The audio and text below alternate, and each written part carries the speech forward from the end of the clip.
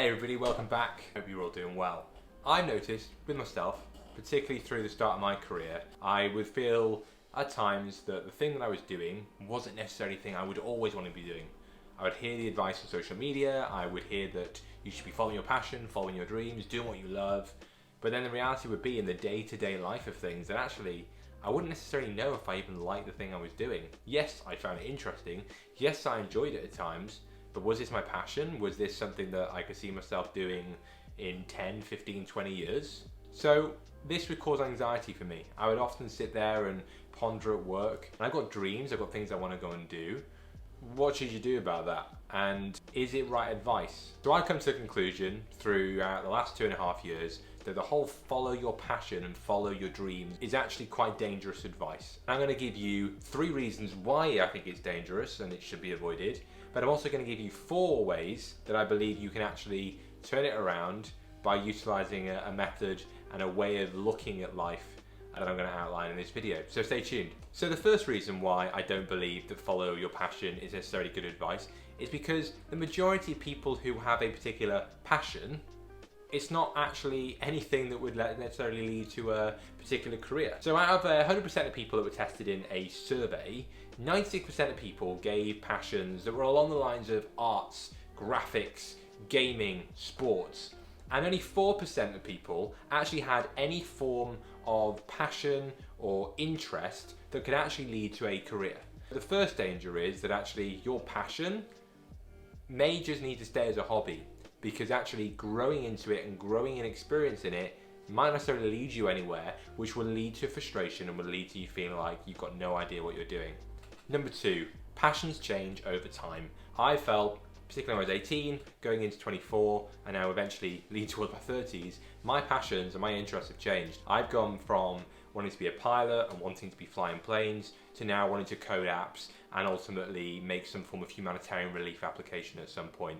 My interests and my passions have changed, and that's to be expected. You're a human being. You grow, you experience new things, you taste new experiences, and you ultimately change your course. You change your correction of where you're aiming for. And number 3, it's that the idea of hobbies and your passion may not necessarily lead to any fulfilling careers, and actually you turning that passion and love for something into a hobby might just ruin your joy in it. It seems to be that the most compelling careers that you hear about, from Steve Jobs to any of your friends that you hear out who are very successful or potentially have a business or whatnot, they've actually ended up coming about from some quite complex origins. They've either tried new things, experiences, they've come across a friend that's introduced them to something, and then they've just gone ahead with it and realised that's something that they like. So out of all the things that we desire in our careers, we desire 4 things. We want the flexibility to be able to choose our own schedule. We want the autonomy to make our own decisions, to pursue the things that we want to do. We want the ability to influence others, to be able to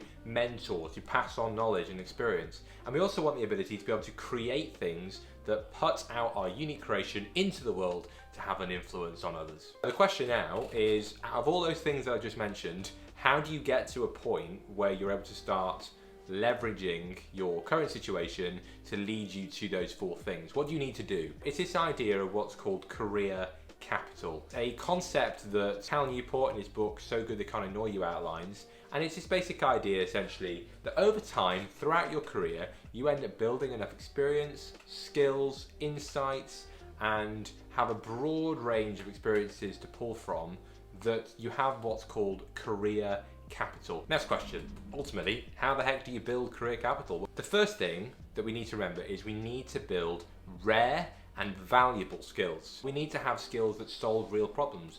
We need to have skills that people actually find valuable in the marketplace. So whether that's being able to create an app, whether that's being able to design something, whether that's being able to provide insights and experience into something so that you can act as a consultant, or advise somebody on something, or coach somebody. There's a range of problems out there in the world, and unless you have the skills and the experience there to help go and solve those, your desire for flexibility, control through autonomy, and creating an influence diminishes. You don't have that much flexibility to do any of that.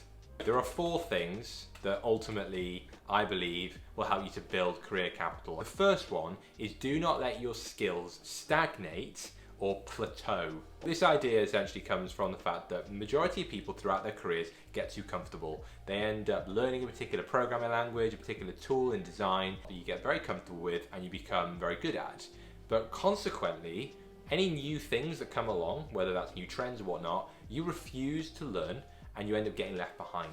And unless you adapt and evolve, if you like, as a person and continue to grow, you will get left behind. What does that look like practically? Well, it means listening into trends in your industry, meeting with people, networking, and finding out what's coming up. Number 2, this idea of deliberate practice. Deliberate practice is essentially intentionality. It's having intentionality about your skills, your job, and your professional development. I always use programming as the example because that's a skill I'm trying to learn.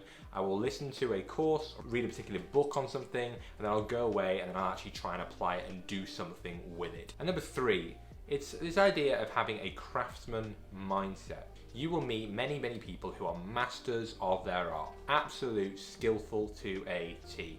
They know everything. The reality is they are craftsmen. They are people that have put the time in to learn. They've failed. They have put in the effort and the pain and gone through all the judgment to get the skills and experiences they need, and that's where they're so valuable. For myself, the way I try and build a craftsman mindset is, again, having deliberate practice. It's putting in the time, but it's also being comfortable to fail. I previously thought that failure is something to avoid, and I think that's something that university teaches quite a lot, is this idea, don't fail, don't get 50, 45% on that test, always get 100. And that makes you uncomfortable with the idea of not doing so great at something, and as a result, not wanting to learn from your failures. Number 4, this is the final one now. If you can just show up for 10 minutes or even 15 minutes at a time, I guarantee you that 10-15 minutes will grow into half an hour, 45 minutes. You just need to get started. So I want to end on this note. If you're not focusing on becoming so good that they can't ignore you, you're going to be ultimately left behind.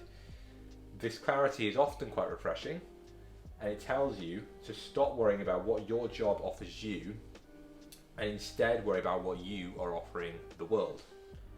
The mindset, which he calls in his book the craftsman mindset, allows you to sidestep this anxious question of who am I and what do I truly love, something that's brought in by the passion hypothesis, and instead put your head down and you can focus on becoming valuable.